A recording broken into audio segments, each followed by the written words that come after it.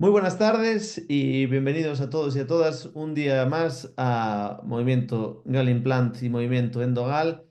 El ponente que tenemos hoy ya no hace falta presentarlo porque últimamente está pues muchas veces con nosotros. Hoy viene a hablar del segundo capítulo de la técnica de Curie. Doctor Alberto Fernández, bienvenido a tu casa Mu- porque much- tú eres el maestro. Muchísimas gracias por acompañarnos una vez más. Muchísimas gracias, César. Bueno, es el primero, ¿eh? Es el primero de los de Curie. Lo que quizá haya dos, pero va a ser esa la primera parte. Intentaré meterlo todo junto. No, es el primero de Curie, pero es el segundo de la saga de capítulos que tenemos. Ah, vale. Vale. Perdón, perdón. Nada, bueno, hoy estaba haciendo cuentas de cuándo empecé con la técnica de Curie y he llegado a, me parece que eran 15 o 16 años, o sea, 15 o 16 años utilizando la técnica. Tuve la suerte de estar con Curie pues como 5 o 6 veces y la verdad que me cambió totalmente mi forma de pensar, también mi forma de operar. Yo ya por entonces, cuando le conocí, hacía muchos injertos y bueno, me cambió. Entonces, realmente me maravilló su agilidad, su pericia y lo que conseguía. Y enseguida me di cuenta de que era una técnica que es más fácil de hacer de lo que aparenta y realmente da muchísimas satisfacciones. Con lo que os voy a contar, o por lo menos eso espero, os vais a dar cuenta de que realmente es, por lo que os decía, es realmente sencilla y súper versátil. Entonces, pues sin más, como sabéis, bueno, baso todos estos webinarios en dibujos. Os aseguro que lo que vais a ver es, vamos, totalmente inédito, porque los he terminado de hacer este fin de semana. Y bueno, y espero que os sean de utilidad, ¿de acuerdo? Entonces, pues voy a evitar aspectos teóricos, voy a evitar presentar casos, porque eso lo voy a dejar para las conferencias, como tal, para los eventos. Y aquí quiero que tengáis como ese érase una vez la vida, donde a base de ver dibujos que he intentado sean muy evidentes, pues os guíen pues para vuestro quehacer diario. ¿De acuerdo? Entonces, sin más, en cuanto hay un aspecto histórico que me parece muy importante determinar, la técnica de Curie no es más ni menos que una adaptación de la técnica de Paul Tessier. Es un cirujano maxilofacial, era un cirujano maxilofacial francés y él tenía muchísima experiencia en el manejo de pacientes sindrómicos, de pacientes fisurados, y realmente él utilizaba injertos de calota y básicamente lo que hacía era remedar la naturaleza. Y es exactamente lo que a día de hoy se concibe como la técnica de Curie. Utilizaba finas láminas corticales que tenía de calota y rellenaba con un hueso particular que era corticalio, tenía de calota también. Entonces, lo que ha hecho Curie, lo que hizo Curie, fue pues adaptar esa técnica a la obtenerla del cuerpo mandibular, de línea ubicoexterna.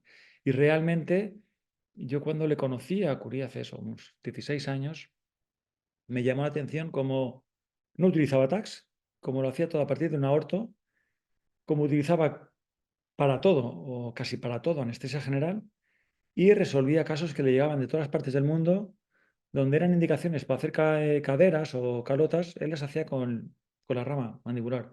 Muchas veces, es verdad, le vi sacar las dos ramas y el mentón, y eso me hizo pensar que quizá no era tan poco invasivo, ¿no? Sacar las dos ramas y un mentón, y que quizá era mejor pues, sacar de alguna otra fuente. Entonces, después de estar, ya os digo, 6 veces con él, y hacer muchísimos casos, pues he ido modificando ligeramente los protocolos y es lo que os vengo a contar. El cómo hago las cosas, el por qué las hago, en lo que estoy totalmente de acuerdo con Curie y en algunos aspectos que me parece que se pueden pues perfilar.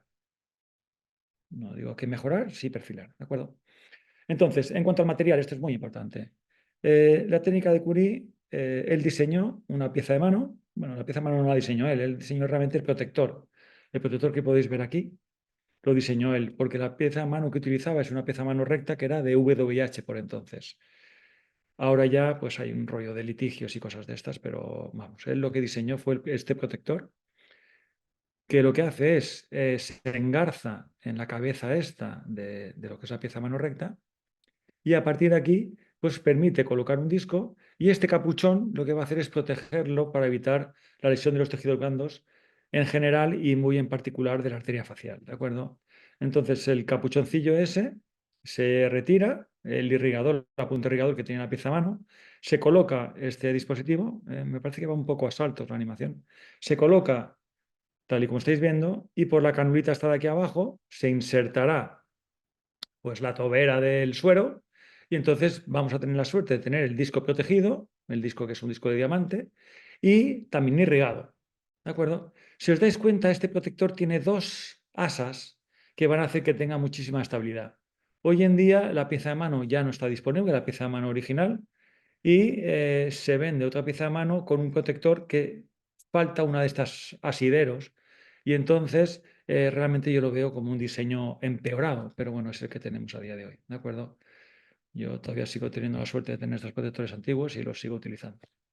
Entonces, básicamente, el material que hace falta, ya me está haciendo cosas raras, el material que hace falta son la pieza a mano esa con el protector y una serie de discos.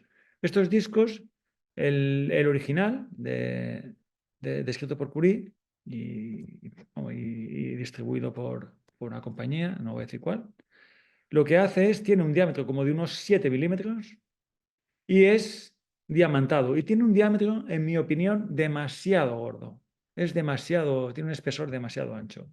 ¿De acuerdo? Entonces, con este disco es el que se coloca en el protector este y nos va a permitir hacer unas osteotomías como, pues como veréis más adelante. ¿De acuerdo? Una vez que tenemos ya las osteotomías, como vais a ver, pasaremos a laminar el injerto obtenido, como también vais a ver. ¿De acuerdo? Entonces, básicamente que os quedéis con esta idea de que utilizaremos dos tipos de discos y a mí me gustan los discos, como los que podéis ver en la izquierda, de muy bajo perfil. Hay discos que tienen un perfil elevado, que hacen aquí, yo siempre digo como forma de ovni, y tienen un tornillo, estos no me gustan nada, porque al girar tienen tendencia a hacer volar el injerto. Entonces me gustan los discos de perfil bajo. Espero que se entienda lo que quiero contar con esta pequeña animación. ¿De acuerdo? En cuanto a los tornillos, es otra de las cosas que personalmente he modificado la técnica de Curie. A mí personalmente los tornillos de Curie no me gustan nada, pero entiendo que son muy utilizados y serán buenísimos y nada que decir. En particular, a mí me gustan los tornillos de 1.2 y 1.6 de diámetro y con las cabezas, con las bases de la cabeza que sea semiesférica. Y luego os contaré por qué. Ahora simplemente quiero que os quedéis con esto. Bases de cabeza semiesféricas. Siempre utilizo tornillos de titanio y me gustan los de 1.2 y fundamentalmente los de 1.6. ¿Por qué me gustan los de 1.6 más que los de 1.2 y mucho más que los de 1? Porque los de 1 se rompen con muchísima facilidad. Y para preparar los lechos para dichos tornillos, hay que utilizar fresas espirales de un diámetro de 0,8, 0,9, que son sumamente débiles y se rompen constantemente. Entonces, para mí, considero que como clínico, lo último que quiero hacer es estar lidiando en la cirugía con una fresa que se me ha roto, que tengo que retirar del lecho, que no sé dónde se puede haber caído, que ya no sé si tengo más en el stock, no sé si las tengo estériles y para mí todo esto son aspectos que un clínico debe soslayar totalmente. No podemos estar pendientes de estos aspectos que al final somos los únicos que sabemos que esto puede pasar. De forma que a mí me gusta utilizar instrumental en el que tenga plena confianza de que no se me va a romper y si rompa sea porque yo realmente pues he cometido algún error, he forzado o he hecho algún guiño erróneo con la pieza de mano y hace que se rompa, pero no que de forma pues inesperada se me rompa, lo cual os aseguro que pasa mucho con las fresas de 0,8 y también con los tornillos de 1, donde un tornillo de 1 se te rompe sin aviso. Si se te rompe un tornillo de diámetro mayor, tú vas notando que vas forzando demasiado y puedes mellar la cabeza, pero los tornillos de 1 se rompen sin previo aviso, os lo aseguro por experiencia. En cuanto a la anatomía, pues evidentemente no tenemos tiempo ni ganas de ponernos ahora a dar una clase de anatomía como correspondería. Sencillamente os quiero que os fijéis en la imagen de la izquierda, donde la estructura más importante a la hora de obtener los injertos no es el nervio alveolo-dentario inferior, evidentemente discurre por el cuerpo mandibular, pero con los parámetros que os voy a dar, os aseguro que después de haber hecho muchos centenares de injertos, nunca he lesionado un dentario inferior y entonces pues es algo que sencillamente ya no me preocupa. Lo que más me preocupa es lesionar la arteria facial. La arteria facial es rama de la carótida externa y bueno, pues tiene un recorrido que es ascendente, ¿no? Después de dar todo el tronco tiroideo lingual, suele terminar por la arteria facial. Suele, digo, porque a veces es rama de la lingual. Y lo que hace esta arteria facial es tiene un recorrido ascendente que viene a protegerse por el ángulo interno de la mandíbula. En la imagen de la derecha lo podéis ver. La arteria facial vendría a protegerse por el gonio en su parte interna. Ya hay un momento donde en la escotadura antegoniana se hace externo extraóseo y luego pasa a ascender, donde se anastomosará con la angular pues ya dará irrigación al resto de la cara. ¿De acuerdo? Pues en esta transición que pasa el recorrido protegido por la cara interna del cuerpo mandibular a bordear el borde inferior y a pasar por la cara externa de ese cuerpo mandibular, es donde justamente podemos lesionarla, de forma tal que la imagen del medio, la arteria facial, nos va a recorrer pues esta porción de aquí, que es justo donde tenemos que hacer la osteotomía, de forma tal que si no utilizamos un disco con protector, la podemos seccionar. Y si seccionamos la arteria facial, pues es una arteria que tiene la mala costumbre de, dado que no tiene ningún recorrido intraóseo, se retrae al seccionarla y bueno, pues es realmente caudalosa cuando se secciona. Realmente es capaz de producir una hemorragia que es difícil de conseguir llegar a ver nada porque en cuanto el paciente abre la boca está llena de sangre y no podemos ver nada. Entonces hay que ligarla. No se me ocurre lo mal que lo tengas que hacer como para no ser capaz de ligarla, pero hay que tener la templanza de saber ligarla y una vez que la has ligado después de seccionarla, pues puedes seguir con tu procedimiento sin que pase absolutamente nada. ¿De acuerdo? Entonces, que tengáis cuidado con eso. Para mí, más cuidado con la arteria facial que con el nervio dentario, aunque evidentemente tenéis que tener cuidado con ambas, ¿de acuerdo? Pero el nervio dentario inferior, yo pienso que todos estáis súper familiarizados con él, todos sabéis perfectamente por dónde discurre, sabéis lo que hay que hacer si se lesiona. Entonces, me parece que es más importante detallar estos aspectos de la arteria facial, ¿de acuerdo? En cuanto a la obtención, pues os tengo que decir que se puede sacar perfectamente una rama o una línea externa con apenas 2 carpules de articaína. No hace falta hacer ninguna troncular en especial, sencillamente hacer una anestesia infiltrativa nos va a permitir, con 2 carpules, estos son 1,8, son 3,6 mililitros de disolución, os va a permitir obtener perfectamente el injerto. Y además de obtener el injerto, nos va a anestesiar. Si se coloca en la zona que estáis viendo, en la zona del gonion, nos va a permitir anestesiar la zona para que podamos obtener hueso particulado. Cosechar ese hueso particulado que nos va a ser fundamental para la técnica, porque considero que es tan importante, no, más importante en la técnica de Curie el hueso particulado que las láminas en sí. ¿De acuerdo? Entonces, pues esto entiendo que no tiene pues, anestesiar, es sencillamente infiltrativa local. Esto sí que me parece muy, muy, muy importante y lo voy a destacar muchísimo. Incisión. Primer aspecto que es fundamental. Esto no os lo va a decir nadie. La incisión es suficiente con hacer una incisión longitudinal. Y esta incisión se tiene que hacer mínimo 5 milímetros hacia apical de la línea mucogingival. ¿De acuerdo? ¿Por qué? Porque si se hace más arriba, se dificulta muchísimo la sutura, muchísimo, y al final acaban con dehiscencias.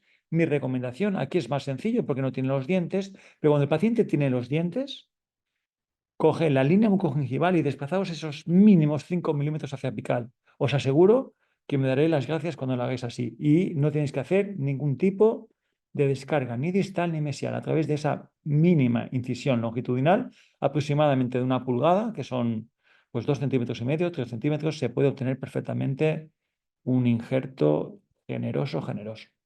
Segundo aspecto, una vez que tenemos ya la incisión, pasaremos a un levantamiento de espesor total, ¿de acuerdo? Esto no tiene ninguna peculiaridad, pues se hace igual pues que una cirugía para la exodoncia quirúrgica de un cordal retenido, ¿de acuerdo? Es exactamente igual en ese sentido. Esto sí que es importante. En esta imagen se ve el campo expuesto y aunque la incisión la hayamos hecho apical a la línea congingival, necesito que os deis cuenta de que es necesario exponer la parte coronal del cuerpo mandibular, así como también llegar hasta la porción lingual. Y son muy importantes los siguientes landmarks, los siguientes como referentes anatómicos. Me gusta exponer el borde anterior de la rama ascendente. En este borde anterior se inserta la terminación de un músculo, que es el músculo temporal, en particular un fascículo del mismo, que es el fascículo de Thales-Ilibeo, o como se pronuncie. ¿De acuerdo? Y este es un determinante que a mí me gusta muchísimo localizar, porque me permite obtener un injerto que no solo saca la línea ubicoexterna, sino parte de esta borde anterior de la rama ascendente. Eso, junto al hecho de que la osteotomía, como vais a ver más adelante, incorpora la parte coronal en caso de que el paciente sea desdentado o justo el borde superior de la línea ubicoexterna, nos permite obtener un injerto con forma de L. ¿De acuerdo? Quedaros, por favor, con la forma de L. Esta imagen me parece que es espectacular y quiero pues, enfatizar el hecho de que utilizaremos dos separadores de ángulo recto, tipo Langenbeck, que es el que estoy marcando aquí en distal, y tipo Farebe en mesial. ¿De acuerdo? ¿Por qué separadores de ángulo recto? Porque esto nos va a permitir que un ayudante que esté de limpio en el campo quirúrgico, nos separe perfectamente el área. ¿De acuerdo? Hacer la obtención de un injerto de línea bucoexterna mediante un Minnesota o mediante un espejo dental, por favor, un espejo dental no es ningún separador quirúrgico. ¿De acuerdo? Es un instrumento que nos permite ver, pero no es un separador quirúrgico. Y un Minnesota no es un buen instrumento para hacer una obtención de injerto. Entonces, segundo aspecto importante, después de los separadores de ángulo recto, utilizaremos la pieza de mano, como podéis ver aquí, con el protector. Aquí veis el protector, aquí uno de los asideros y aquí el otro asidero. ¿De acuerdo? Aquí está protegido el disco y es muy importante. La osteotomía distal, empezaremos haciendo la osteotomía distal, se hace en un ángulo que sea lo más divergente que podamos del cuerpo mandibular, de forma tal que generemos una osteotomía que sea expulsiva. Espero que esto se entienda. Si yo apoyara el cuerpo de la pieza mano sobre la rama, sobre el cuerpo mandibular, me iba a quedar una osteotomía en ángulo recto, dado que aquí tenemos un ángulo recto del ataque del eje del disco a lo que es el disco en sí, de forma que me quedaría aquí una osteotomía perpendicular. ¿Qué ocurre si hago eso? Que el fragmento que yo quiera luxar va a tener zonas retentivas. Por tanto, la osteotomía distal se hace divergente. ¿De acuerdo? Una vez que hemos hecho la osteotomía distal, aquí se ve, vamos a pasar a hacer la osteotomía mesial. Y la osteotomía mesial lo vamos a hacer lo más convergente que podamos, de forma que el cuerpo de la pieza de mano prácticamente va a apoyar sobre el mentón, de forma que intentemos que esta osteotomía sea lo más divergente que podamos. En mi experiencia, eso no se puede hacer y siempre nos va a quedar como máximo una osteotomía perpendicular. De forma tal que si hubiéramos hecho esta también convergente, el fragmento, el injerto no se iba a poder luxar. De forma que hay que esforzarse en hacer la osteotomía distal con la pieza de mano muy divergente respecto al cuerpo mandibular, mientras que la osteotomía mesial va a ser lo más convergente que podamos para que me queden dos barquillas, dos osteotomías expulsivas. Respecto a la osteotomía apical, volveremos a tener la misma consideración. Buscaremos que el ángulo de ataque del cuerpo de la pieza de mano sea divergente respecto al cuerpo mandibular, para generar aquí una osteotomía que sea expulsiva. De forma tal que tenemos una osteotomía distal expulsiva, una osteotomía mesial lo más expulsiva que podamos y una osteotomía apical evidentemente expulsiva. Por último, fijaos dónde está colocado aquí el perisotomo. Aquí el perisotomo está sobre la parte superior, ese borde anterior, ese borde superior, perdón, del cuerpo mandibular, ¿de acuerdo? Y nuestra osteotomía tiene que llegar hasta ahí, de forma que acabalga, no solo va en la porción lateral de ese cuerpo, sino que tiene que acabalgar hasta subir a la porción más coronal, ¿de acuerdo? Por último, haremos esta osteotomía, os decía, apical, también divergente. Y como se ve la imagen distal, aquí en el distal de la imagen, veis que hay un solapamiento de ambas osteotomías. Esto es muy importante porque la línea de ataque del disco es total solo en el centro del mismo. En la periferia, el disco no es capaz de tener todo su diámetro. de forma tal que si no solapamos las áreas, vamos a dejar pequeñas zonas de hueso cortical que no hemos sido capaces de osteotomizar. Por tanto, costará muchísimo luxarlos. Y cuando digo muchísimo, es muchísimo.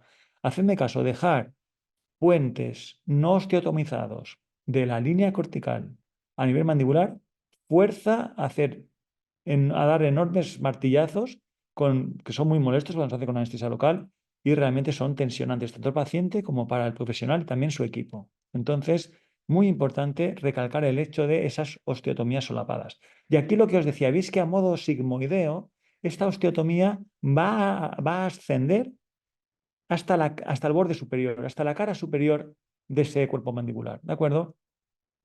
Por último, y esto es una modificación en la técnica Curie, Curie lo que hace es con la misma pieza de mano esta, le quita el protector, le coloca una fresa que tiene forma como de remo y hace un rapeado a modo de estampado, hace como unos puntos sueltos de perforaciones que luego une con un cincel.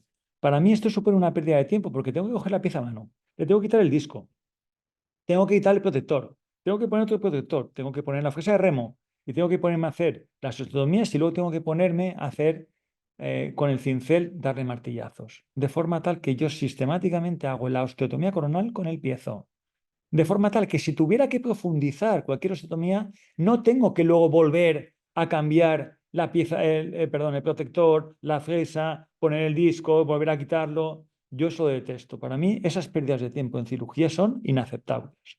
Debemos de tener todo el material para que cada minuto cuenta. Os aseguro que no se debe tardar más de 5 minutos en sacar un injerto de línea bucoexterna. Si tardáis más, estáis haciendo algo mal.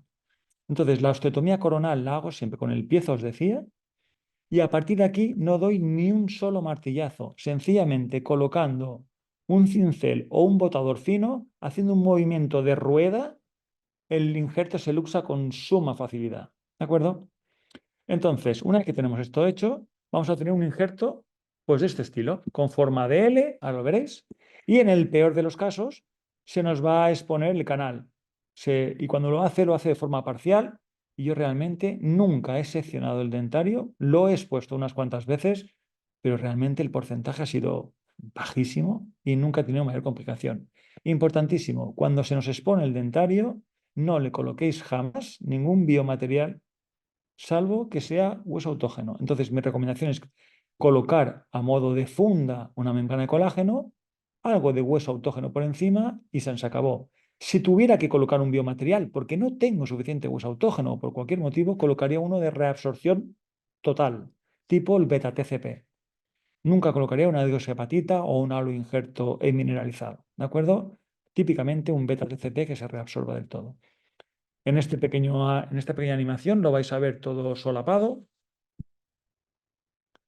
y básicamente, pues lo que os digo, la incisión 5 milímetros hacia apical de la línea mucogingival, el despegamiento a espesor total, igual que un cordal, la colocación de los dos separadores de ángulo recto y la osteotomía se hace hasta, ¿veis esa porción coronal? Se hace hasta la porción superior.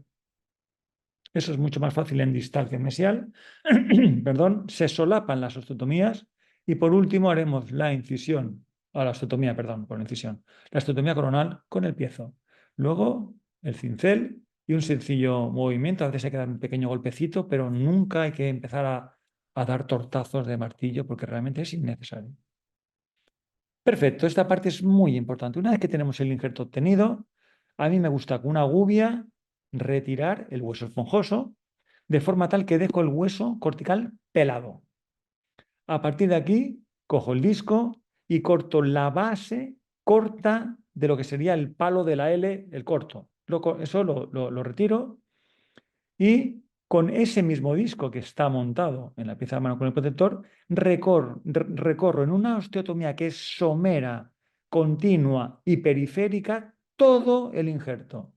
A partir de aquí, utilizo un disco muchísimo más flexible para, siguiendo el recorrido de la primera osteotomía, que la flexibilidad de este disco y el mayor diámetro me permita llegar hasta la porción central del injerto, de forma tal que con el bisturí o con un cincel se puede separar con muchísima facilidad. Lo voy a volver a poner porque me parece muy importante esta animación. Primer aspecto, siempre, siempre, siempre retirar todo el hueso esponjoso. A mí no me gusta mezclarlos. Cojo el hueso esponjoso y lo dejo en una batea aparte. Esa batea la tengo en PRGF y la dejo por ahí, siempre tapado, porque no me gusta pues, que se colonice de bacterias. Entonces, dejo una batea pequeña para el hueso particulado, una que sea cortical, otro para el esponjoso y otra batea mayor para las láminas corticales. Y no me gusta dejarlas todas combinadas. ¿De acuerdo? Se retira primero el hueso esponjoso y eso se hace para poder ver toda la disponibilidad de hueso cortical de la que disponemos. Una vez que hemos retirado todo el hueso esponjoso, cortaremos esta porción de la base que estáis viendo aquí con el disco. Este es un disco que tiene un anillo de diamante muy pequeño, pero como os decía al principio, tiene un espesor, perdón, bastante gordo, de forma que es muy rígida, no tiene ninguna flexibilidad o apenas nada. Con ese disco hacíamos una osteotomía continua a lo largo del injerto y con este, que es muchísimo más flexible, lo que va a hacer es continuar, seguir el surco recorrido por el primer disco, de forma tal que se facilita enormemente esta separación, este laminado de ese injerto cortical. Os aseguro que todas las láminas corticales mínimo las divido dos veces, de forma que saco mínimo tres injertos, tres láminas de un injerto y muchísimas veces cuatro y hasta veces he sacado cinco láminas de una misma línea externa. No me refiero a sacar cinco injertos, de un injerto obtenido, dividirlo hasta tener cinco láminas. ¿De acuerdo? Aquí esto tiene que ver, pero evidentemente no es un cuerpo mandibular, esto es una tibia, pero quiero que veáis el hecho de cómo se cosecha luego la segunda parte, el segundo pues, material de la técnica Curie, que es el hueso particulado. Para eso, en este caso, está utilizando un rascador de uso único, que es el Sevi Scraper, pero a mí particularmente este rascador en la línea wicostera me parece demasiado ancho. Prefiero un rascador tipo back action o tipo micros, rascadores más pequeños.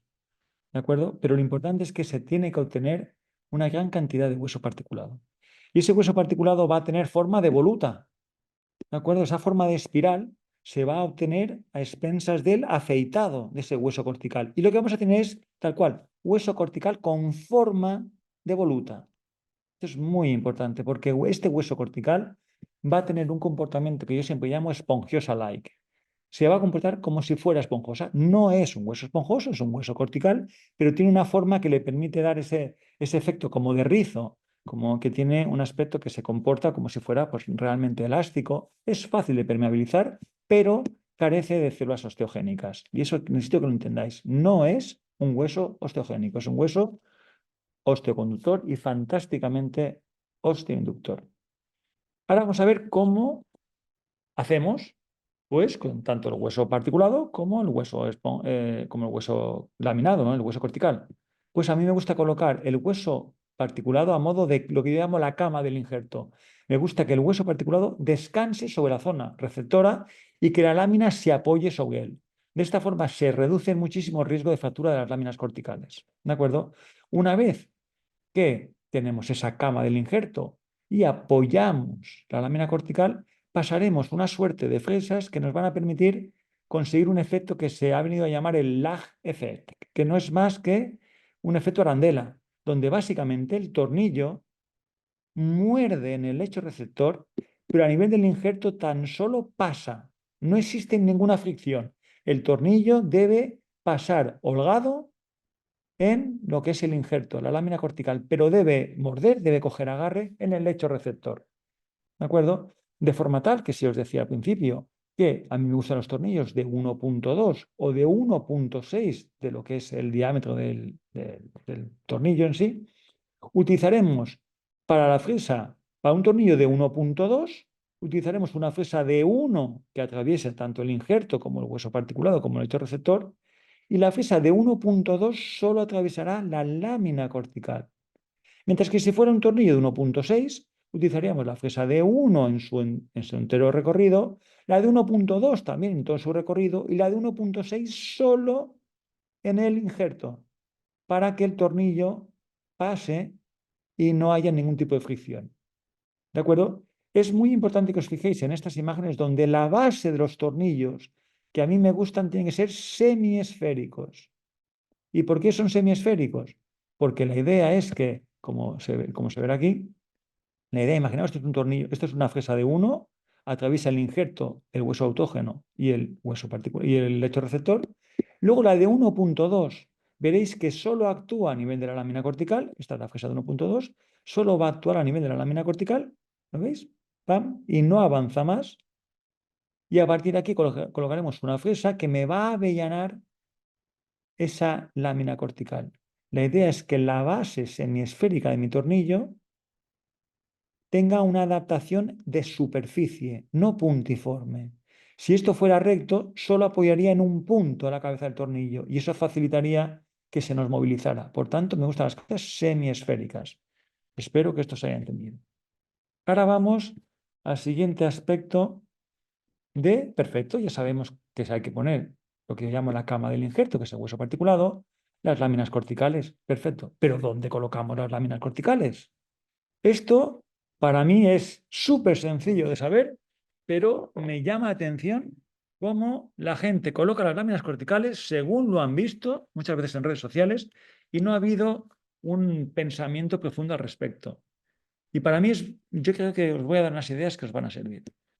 A mí me gusta colocar la lámina cortical en la zona menos retentiva que hay. Si yo quiero hacer una ganancia horizontal, pues evidentemente si coloco aquí el hueso autógeno, pues se me puede movilizar, de forma que tengo que fijarlo en la parte apical para que no se me mueva.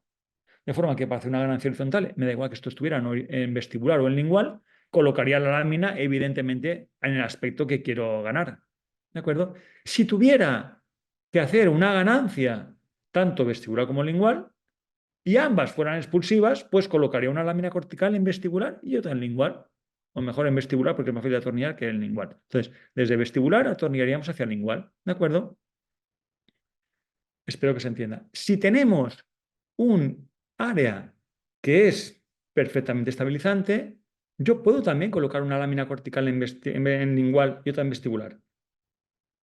Pero es muchísimo más sencillo colocar solo una lámina en coronal. Pero esto solo se puede hacer si tenemos un lecho que es estabilizante. Si colocamos un techo coronal para una ganancia vertical y tenemos un escenario de este estilo, el hueso particulado se nos va a desparramar y os aseguro que lo hace.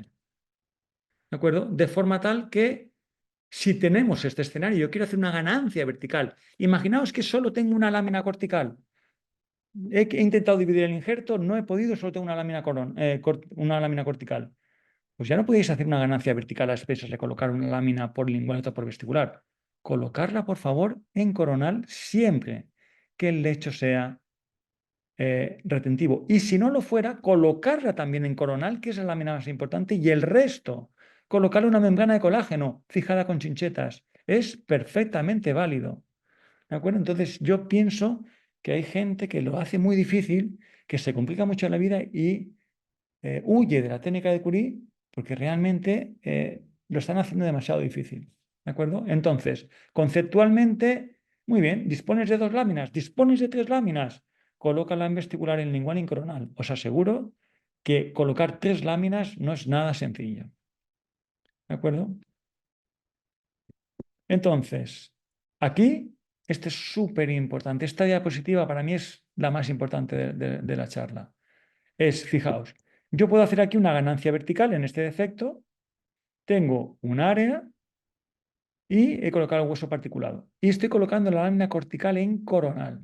Sin embargo, hay un aspecto que he querido resaltar muchísimo, que es que aquí tengo una lesión de formación aguda. Es decir, he quitado un diente o he quitado un implante, he quitado un quiste o lo que sea. De forma que aquí tenemos un área de una enorme remodelación. Aquí, haga lo que haga, meta el material que meta, va a haber muchísima remodelación. De forma tal que va a ser fácil que si yo hago el escenario de la derecha, al haber mucha remodelación, hay aquí un hundimiento del autógeno y se me genera una dehiscencia de sutura en la porción coronal.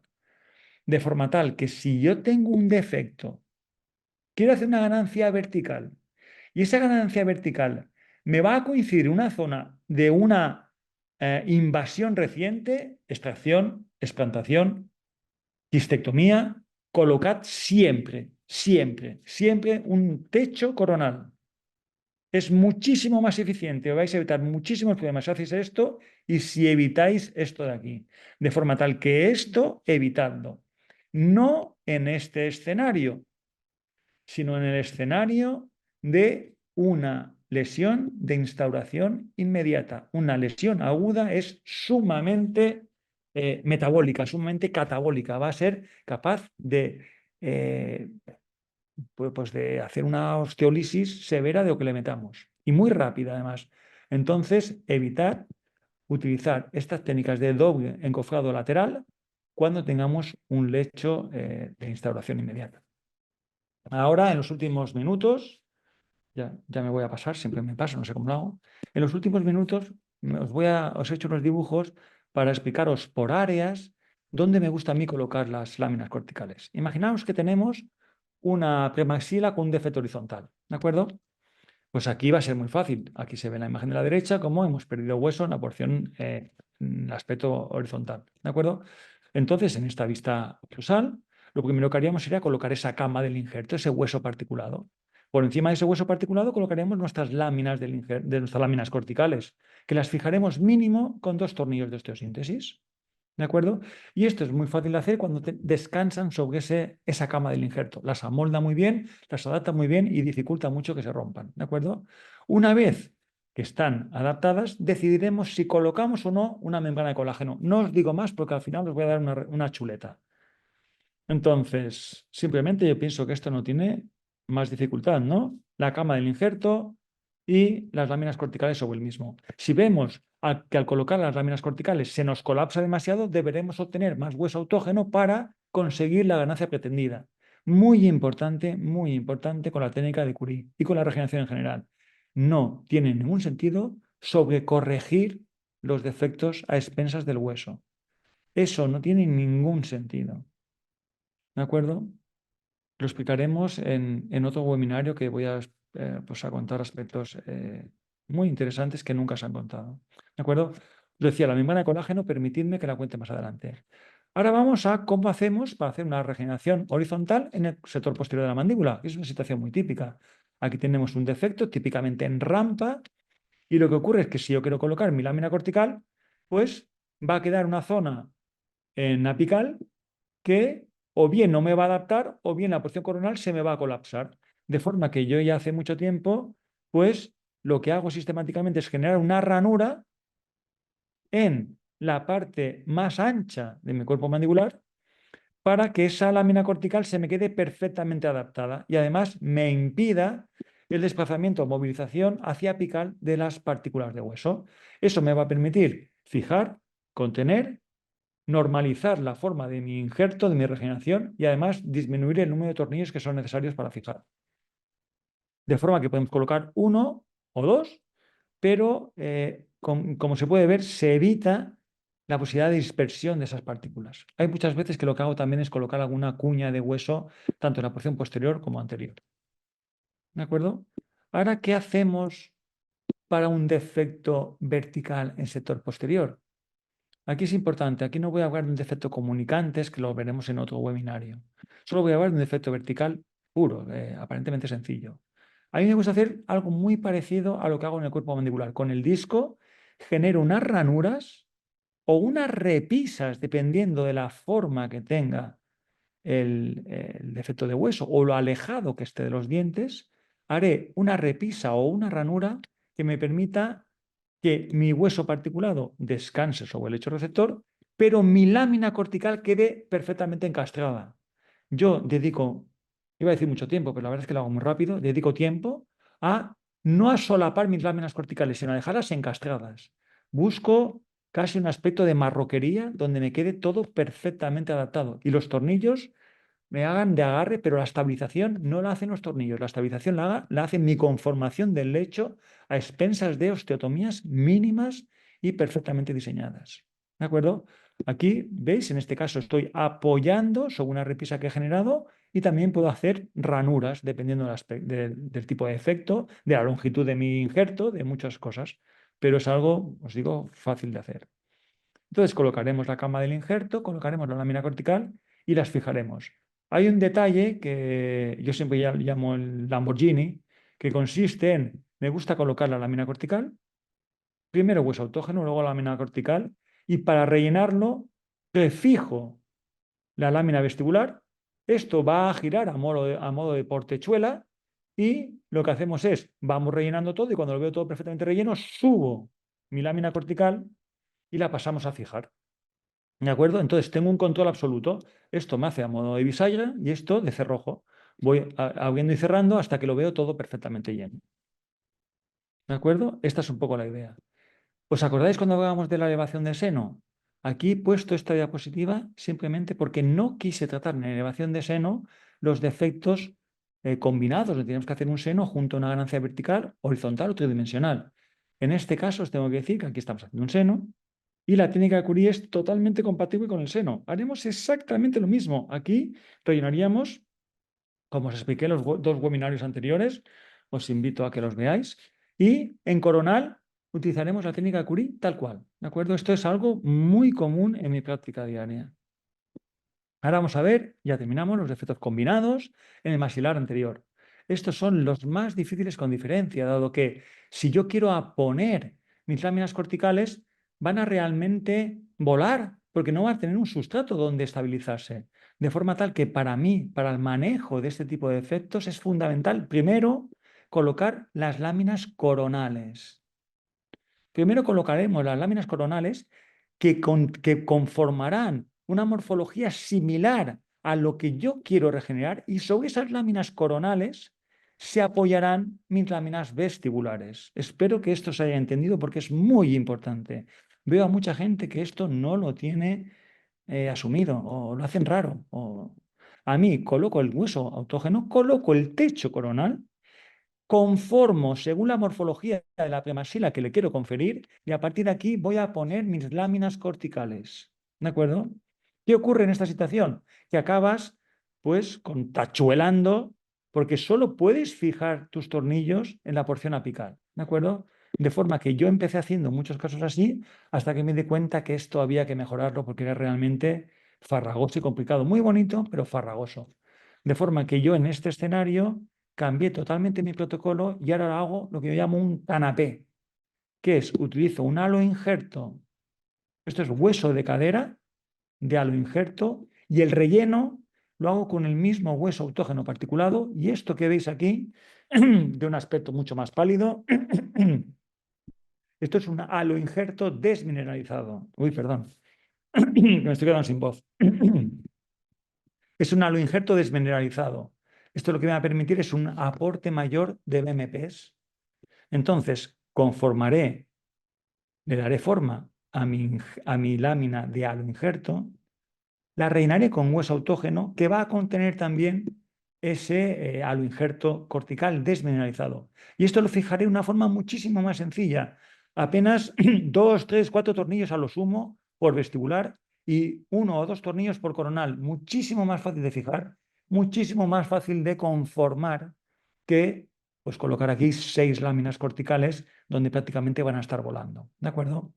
Entonces, una vez que tengo esto hecho, en esas circunstancias, dado que esto es halo injerto, rapearé el halo injerto y aquí siempre colocaré una membrana de colágeno. ¿Por qué? Porque el halo injerto cortical desmineralizado libera BMPs y esas BMPs deben empapar un carrier y el mejor carrier es el colágeno nativo, de forma que el hecho de perforar también el hueso cortical va a exponer las BMPs que van a empapar este hueso de colágeno, perdón, esta membrana de colágeno, que a su vez va a actuar sobre el periósteo, potenciando al máximo la osteoinducción. Respecto de los defectos combinados en mandíbula, y terminamos, pues exactamente lo mismo, generaré mis ranuras. Esas ranuras me van a permitir encastrar mi lámina cortical para estabilizarla y a partir de aquí colocaré uno o los tornillos que hagan falta. Y eso me parece fundamental. Las ranuras o mesetas estabilizan, los tornillos fijan. A partir de aquí colocaremos una o dos láminas corticales, podríamos colocar una tercera, pero es realmente infrecuente hacerlo o tener que hacerlo. Y siempre colocaríamos esa lámina cortical en la zona que fuera expulsiva, siendo totalmente innecesario hacerlo en zonas retentivas. Y si no pudiéramos hacerlo en zonas que son expulsivas, colocaríamos una membrana de colágeno. ¿De acuerdo? Rellenaremos y ¡san! Se acabó. Última diapositiva, que es la chuleta. ¿Cuándo coloco membrana de colágeno encima de la técnica de Curie? Si me oyera Curie, me estaría dando bofetadas, dado que Curie nunca, nunca, nunca coloca membranas de colágeno. Sin embargo, para mí hay tres situaciones donde es muy útil colocar la membrana de colágeno. Una, ya os lo he contado, que no es esta. Es cuando estamos fuera del marco de hueso, espero que a estas alturas todo el mundo sepa lo que es el marco de hueso. Cuando estamos fuera del marco de hueso, siempre coloco una membrana de colágeno. La idea es que ese estar fuera del marco de hueso hace que la zona que yo quiera regenerar esté sometida a mayor tensión, a mayor carga. Y esa carga va a tener un efecto deleterio en cuanto a la angiogénesis de los tejidos blandos. Lo que va a hacer el colágeno es un fantástico angiogénico y además va a amortiguar el exceso de carga que va a someter el entorno biomecánico que se acompaña de estar fuera del marco de hueso. Estar fuera del marco de hueso es como ser la proa de un barco rompehielos. Se lleva todos los envites, de forma que yo, siempre que puedo, fuera del marco de hueso, coloco un protector que a modo de esterilla, que a modo de manta o toalla, nos va a aislar nuestra cadera de si nos apetece dormir en el suelo. A poco que tengamos algo que nos amortigue, lo vamos a agradecer. Por otra parte, si las láminas de los injertos corticales no quedan perfectamente coaptadas, hay separaciones entre ellas, coloco una membrana de colágeno para evitar la invasión de tejidos blandos. Y tercero, ya lo he dicho, si tengo un biotipo fino, también me va a facilitar que haya decúbitos y por tanto colocaré la membrana de colágeno para hacer que ese biotipo que es fino, por una parte se ensanche ligeramente y por la otra parte me proteja la zona que quiero regenerar. Y con todo esto, mira, estoy contento porque he conseguido contarlo todo en una vez, porque si no estaríamos aquí hasta, no sé, unos cuantos años. Entonces, espero que la información que os he dado, un tanto celérea, pero os aseguro que lo que está contado en este vídeo es sumamente útil. Seguro que vais a tener que revisarlo varias veces, pero os aseguro que cada uno de los puntos, de los detalles, son el kit para llegar a la excelencia. Pues espero que os haya servido y que todos vuestros pacientes sean capaces de disfrutar pues, de los dientes que le vais a poder dar. Muchísimas gracias. Espero que se haya entendido todo y poco más. No sé ni si hay nadie y he contado todo esto para nada. Sí, Hola. Berto. Muchísimas gracias. Creo que ha estado espectacular, como siempre, que voy a decir. Y bueno, informar, ahora vamos a pasar al turno de preguntas, pero bueno, informar a la gente que nos está escuchando que ya tenemos un siguiente capítulo para acabar el año, que será el 19 de diciembre, que hablará, si no me equivoco, de la transposición del nervio alveodentario inferior. El 19 de diciembre, que será nuestro webinar número 80 ya y será el último del año para despedirlo. Paso a las preguntas para no entreteneros más. Nos dicen, ¿has probado alguna vez las láminas corticales de aloinjerto y de senoinjerto combinado con autoparticulado en el medio para esta técnica? Yo pienso que lo he utilizado casi todo, la verdad. Y como el autógeno no hay nada, segunda elección me quedo con el aloinjerto, mineralizado, ya me he mordido la lengua, siempre mineralizado. Y el senoinjerto, hasta donde yo sé, existen láminas corticales de senoinjerto que están parcialmente desmineralizadas, de forma tal que tienen cierta flexibilidad. Y esas no me parecen idóneas para la técnica. Si existen, cosa que puede ser que existan y yo las desconozca, láminas de senoinjerto totalmente mineralizadas, de forma que se mantienen siempre rígidas, me parecen una buena opción. Pero mi recomendación sería que fueran extremadamente delgadas. Extremadamente delgadas, porque si no van a quedar zonas secuestradas. Y yo las utilizaría solo dentro de los confines del marco de hueso y jamás me arriesgaría a utilizar una lámina de senoinjerto fuera del marco de hueso. porque al no remodelarse existe un alto riesgo de exposición de las mismas. Entonces, yo evitaría los senoinjertos, láminas corticales. Si no fueran mineralizadas, totalmente mineralizadas, las evitaría, salvo para ganancias horizontales. Perdón, para ganancias verticales tenían que ser totalmente mineralizadas y nunca las utilizaría fuera del marco de hueso con biotipos finos. Nunca. Espero que la respuesta sea suficientemente clara. Vale, pues continúo. Mira, nos dicen, excelente doctor, interesantísimo el uso de las ranuras para estabilizar y los tornillos para fijar. También nos dicen, jolín, qué dibujos y animaciones tan útiles y tan chulas. Eres un fuera de serie, qué fácil lo haces todo. Sigo leyendo así algunas de las cosas que nos están poniendo. Aquí otra pregunta, mira. ¿Las perforaciones de las láminas con el autógeno colocado previamente se hacen con irrigación? Muy buena pregunta. Esa pregunta es muy buena. La respuesta es sí. Y lo he dicho al principio, yo siempre utilizo el PRGF. Si no utilizas derivados plasmáticos o sustitutivos plasmáticos, si utilizas hueso autógeno, no vas a tener pegas de dispersión, porque el coágulo que se te forma es suficientemente, digamos, autoestabilizante. Pero si utilizas biomaterial, se te va a espatarrar todo. Entonces, la respuesta es yo sí lo hago con irrigación y con el PRP no se os mueve nada. Si no utilizáis PRP y es autógeno, lo vais a poder hacer perfectamente bien, apenas un mínimo de dispersión. Lo único que vais a tener, y eso para mí es muy importante, es un detalle muy sutil, pero os aseguro que la técnica de regeneración, el dominio de la regeneración viene de los pequeños detalles. Si tú no utilizas PRPs, no hay un aglutinamiento de las partículas. No es que solo las partículas no se aglutinen, sino que lo que hacen es que evita que los factores de crecimiento se dispersen.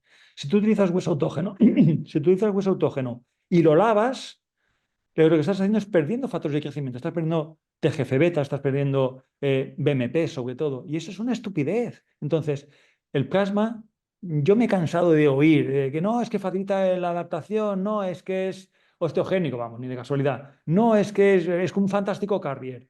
Es un fantástico aglutinador de factores de crecimiento. No permite que se dispersen. Entonces, lo veo muy útil. ¿Imprescindible? No, pero hay que saber lo que haces. De forma tal que la pregunta para mí sería, si no tengo PRPs y tengo hueso autógeno, ¿debo lavar? Pues mi respuesta sería no, y yo lo que haría sería conformar los lechos a muy baja velocidad. Y si tienes biomaterial, puedes lavar lo que quieras, porque no vas a perder ningún factor de crecimiento porque no lo tiene. Pero si lavas mucho, se te dispersarán las partículas, si no tienes PRPs. Vale, creo que ha quedado muy claro. Mira, voy a leerte otro mensaje de un buen amigo y compañero y también un experto de esta Pues técnica, como es será el, mentira entonces. como es el doctor Sergio García Moreno, que Ah, dice, ahora le iba buen a llamar a Sergio, Sergio. Qué espectacular guapo que como es, de siempre, mil verdad. gracias. Me lo quiero mucho, Sergio. Ahora le llamo. Ahora, Sergio, te voy a llamar ahora. Bueno, Sergio, ahí te dejo a Berto que te va a llamar ahora en cuanto finalicemos. ¿Qué me pregunta Sergio? No, simplemente te da la enhorabuena y dice que espectacular como siempre, que muchas gracias. Oh, qué bueno. Ahora le llamo. Mira, tenemos por aquí más Estaba todo esto preguntitas. compinchado. Que por cierto, Sergio, te esperamos pronto aquí de nuevo, ¿eh? Movimiento Galimplan. Ya aprovecho para tirar la caña. Exactamente. Nos dicen también Tenemos que que hacer algo los dos juntos. Tenemos que hacer algo los dos juntos, os que es cojo una testigo. maravilla. Y tenemos que montar algo así juntos. Mira, ¿qué piensas de la fresa recolectora para recolectar el hueso autólogo? Así tipo canasto que tiene un muellecito que va pim, pim, pim. Pues bueno, lo mismo que he dicho antes, mm, se tiene que utilizar sin lavar. Si irrigas, pierdes todos los factores de crecimiento. Yo nunca cosecho nada con hueso autógeno que irrigue, porque lavas factores de crecimiento. Eh, y bueno, me parece muy bien. Yo personalmente no la tengo, pero si alguien me la regala, la usaré. Pero yo también he hecho la caña, ¿sabes? Si hay aquí algún comercial que me quiera regalar unas piezas de esas, pues las utilizaré. Pero yo tiro de lo que he dicho, de back actions y afeitadores de hueso. Y es muy importante. Siempre que utilizo un afeitador de hueso, lo empapo antes de cosechar. O sea, no cosecho en seco. Siempre va el rascador empapado en PRP. porque me molesta mucho cosechar hueso seco, porque lo que hago es pierdo toda la viabilidad, toda la celularidad, no soy capaz de utilizar factores de crecimiento porque no sé dónde se van. Entonces, siempre humecto el hueso particulado y dejo en inmersión los injertos estructurales. Esto que he dicho es muy importante. Cuando tengo un enorme volumen de hueso y quiero que se mantenga vivo, su celularidad lo pongo en mucho volumen de plasma.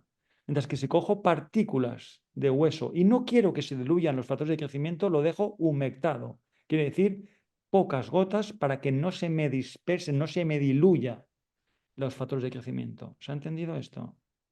Sí, Es muy importante que se te lo repito. Hueso particulado lo humecto en PRPs, mientras que porque lo que quiero es que no se diluyan los factores de crecimiento, mientras que el hueso, cuando es estructural y tiene un enorme volumen, por ejemplo, un injerto de mentón, un injerto de rama entero, un injerto de cadera, lo que hago es lo meto en un enorme volumen de plasma.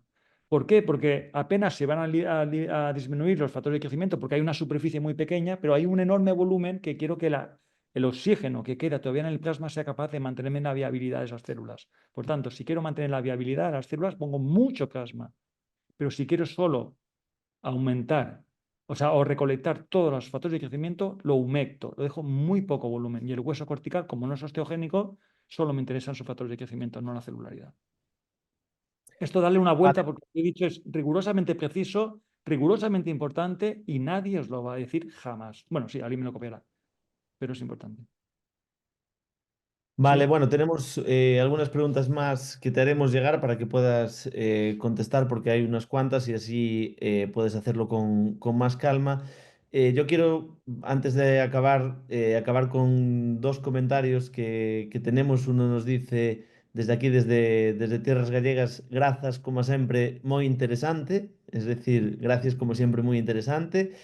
Y otro que dice lo siguiente: nunca he visto un webinar más útil. Muchísimas gracias, Berto. Un abrazo, Alfredo Castro. Oh. Así que con Ah, Alfredo Castro te damos también las le voy a gracias. llamar. Ahora voy a tener ahí esto. Pues como él, Berto, te damos las gracias todos por esta clase magistral que creemos que ha sido, bueno, yo personalmente creo que ha sido espectacular y nos vemos muy pronto, el 19 de diciembre aquí otra vez en Movimiento Galimplant. Muchísimas gracias, chicos. No había ninguno de Ecuador, ¿no? Para invitarme a Galápagos. Seguro que había gente de Ecuador, seguro. No, no sé, es que hay muchos comentarios ahora mismo, entonces. No será que no lo intenten, que me inviten? Bueno, lanzamos la caña también. Vale, vale, vale. Yo me voy contigo, ¿eh? Mira que hay tiburón en el martillo, ¿eh?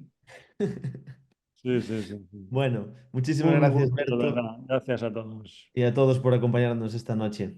Gracias. Buenas Gracias. noches.